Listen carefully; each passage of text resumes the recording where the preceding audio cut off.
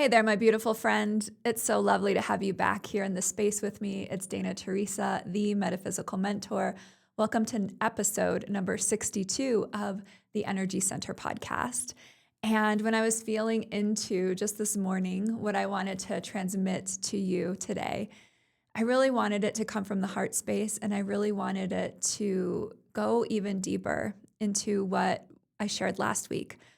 Episode number 61 was about the power of shadow work. And let me just give you some insight around the method to my madness. So, I was listening just yesterday to episode number 61, getting it ready to post for tomorrow and all the things. And as I was listening to it, I had a lot of fear come up. I had a lot of fear around sharing it. And my fear was about being misinterpreted or being judged, essentially, or having my words not fully understood. And I had this fear around triggering people with what I said. And that's what happens when we go into the shadows, is we bring up our own shadows. And so it's kind of interesting that in filming and re-listening to last week's episode, I was doing essentially my own shadow work.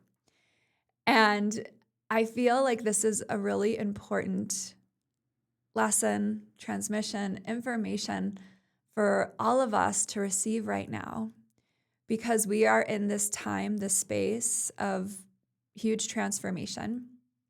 We are in Aries season. I'm filming this the very last day in March. Tomorrow is actually April 1st. This episode will air on April 8th. So we are in this time when so many planets are coming into the sign of Aries.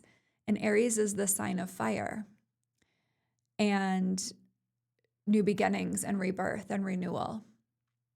And all these planets are coming into Aries, and it's activating the energy of the universe. It's activating this energy of restarting, of rebirthing, rebirthing our reality.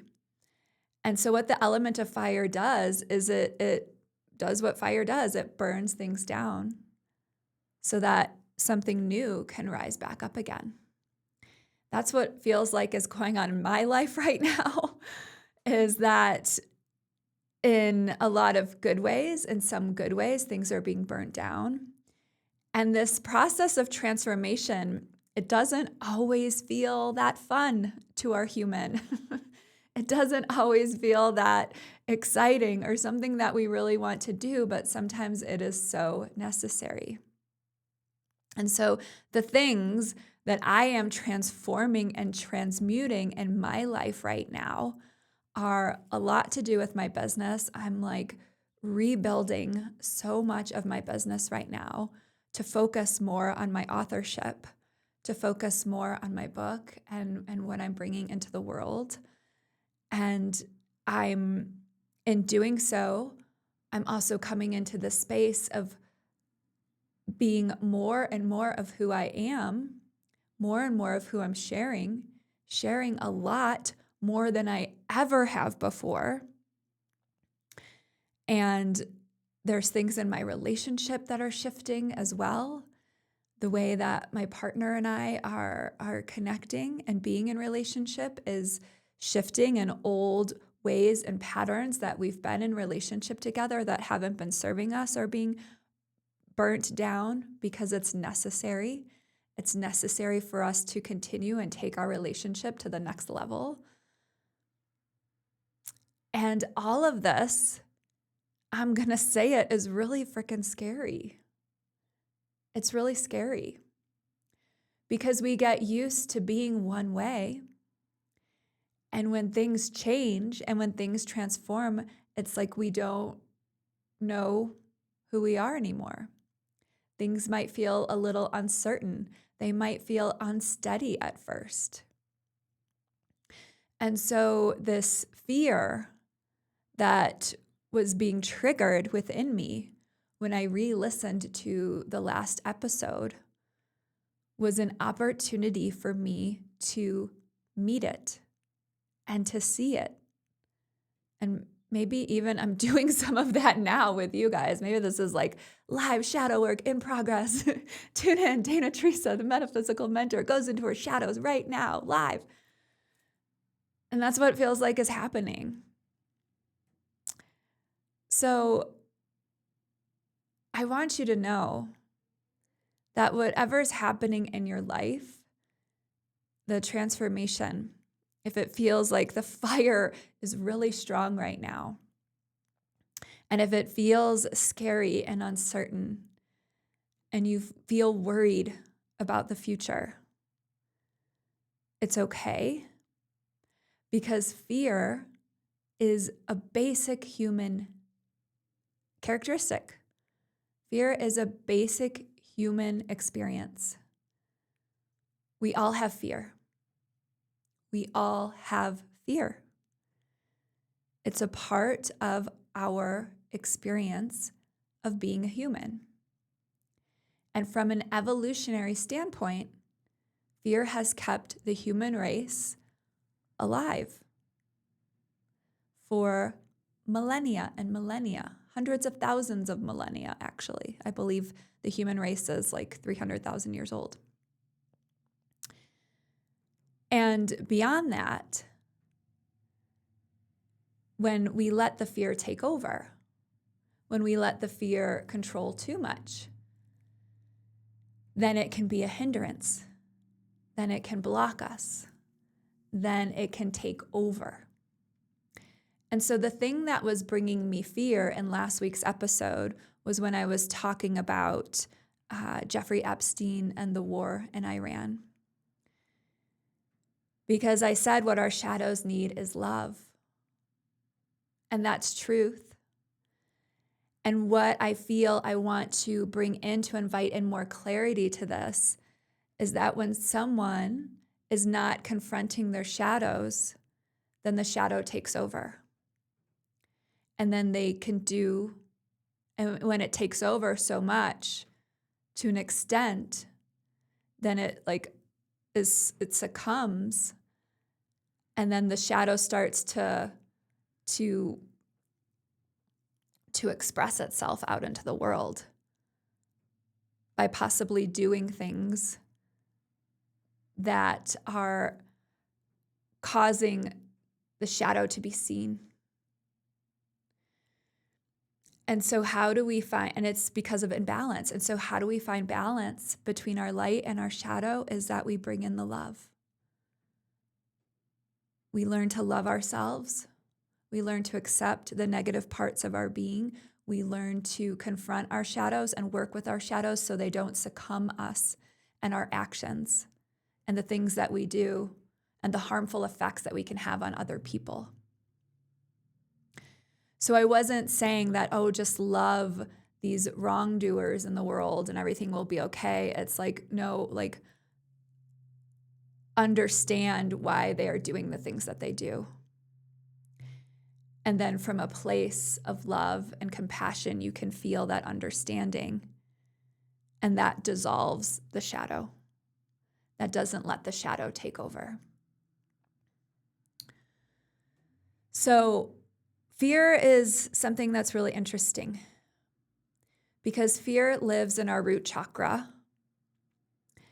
And when we have a lot of fear, it takes over. And we worry a lot. We have a lot of anxiety. We don't feel safe. We don't feel supported. We don't feel like we feel disconnected. We feel disconnected from ourselves, from other people around us, from the world.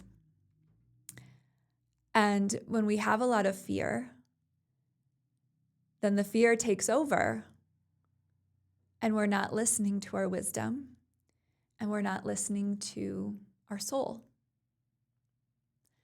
So do you see how when we allow the shadow to perpetuate itself, when we're ignoring it, when we're pretending it's not there, and when it just takes over, then it becomes all-encompassing and we can't see outside of it.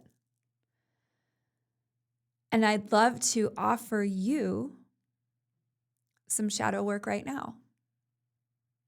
if you're up for it. So I'd love to ask you, what is your greatest fear? What is your greatest fear? What is the thing that you tend to ruminate about, that you tend to think about over and over again in your mind?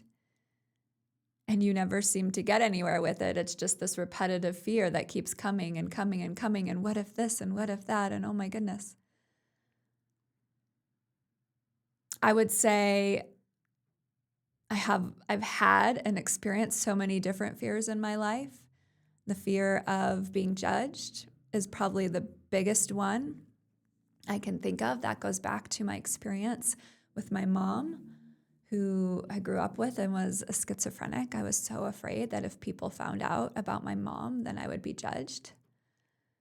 And just with what I was talking about earlier in the show, that's a fear of judgment. And so how do we confront the fear is we ask, what is the greatest fear? You recognize it. You just look at it in the mirror. Oh, okay, this is my greatest fear. It's the fear of being judged. For you, it might be something different. And then if that were to happen, if someone was to judge me, then what? You know what? Do I really want to have that? If a person's going to judge me and not accept me, do I really want to have that kind of person in my life? And the answer is no. And that's okay. And if someone judges me, do I still love myself? Yes, I do. I love myself fiercely. I love myself so much. Well, if someone judges me, then I might get embarrassed. Okay, and then what? Well, then I might feel bad. Okay, and then what? So do you see, you keep asking the questions till it dissolves, like up in smoke, dissolves and releases the fear. Well, actually, maybe it probably wouldn't be so bad. And actually, it's okay because, again, I love myself and I trust myself and I believe that I have so much to share with the world. And then the ultimate antidote, I like to call it, for fear is to come back into the present moment. So with some of my clients in the past, I've heard this fear a lot. I'm afraid that something bad is going to happen to me or that something bad is going to happen to my family. Okay. But right now, is something bad happening to you? Or is something bad happening to your family? No, right now, everyone's okay. So instead of living and potentially manifesting that negative outcome, what if you kept coming back to the present moment and remembering, my family is right here with me right now. And instead of worrying about the bad thing that might happen to them, what if I spent time with them? What if I enjoyed being present with them? What if we had some quality family connection time to come together and really just love ourselves so I could feel into that and let that all replace the fear? So the antidote for fear is always, the thing that annihilates fear always is to come back into the present moment. So when we want to really learn more about ourselves, and when we want to really allow ourselves to be the expression of our soul that we came here to be, the shadow work is so important. The shadow work really helps us to take our lives to the next level. And there's been moments when I have, absolutely pushed this away. I was pushing away my shadows for years and years and years. And it was manifesting in illness and disease in my body. It was manifesting in a lot of anxiety. It was manifesting in a lot of disconnection from myself and who I am. Because the shadow was, again, it was taking over. It was taking up, the shadows were all taking over and taking up a lot of space in my energetic field. And this is what sovereignty is all about. So when we allow ourselves, again, to come into more balance, to come into more harmony, to embrace all of ourselves and love all of ourselves, then we become more of this sovereign being, more of this balanced being, more of our authentic self, more of our truth, more clear in our field. When the shadow is taking over, then it's like all we see is darkness. All we see is darkness within ourselves, and we see the world in that way too. We see the world as a dark place. And so to take your shadow work to the next level, it comes down to confronting the shadow. Confronting the shadow, having a conversation with it, developing a relationship with it, talking to it, getting to know it and understand it so that you can love and accept yourself. Beautiful soul. If you want to connect with me, there's always a way. You can head to danateresa.com. You can follow me on Instagram at DanaTeresaStar. And I highly encourage you to give this episode a like, a big old heart. Give it a comment. Let me know how it lands. Let me know what shadow work or what shadow you've been working with lately. And subscribe. Because the more we do the work, but the more we are allowing ourselves to face our shadows, then that trickles around to the rest of the world around us. And then other people will start to understand it too. And we'll all come together in more balance and harmony and understanding.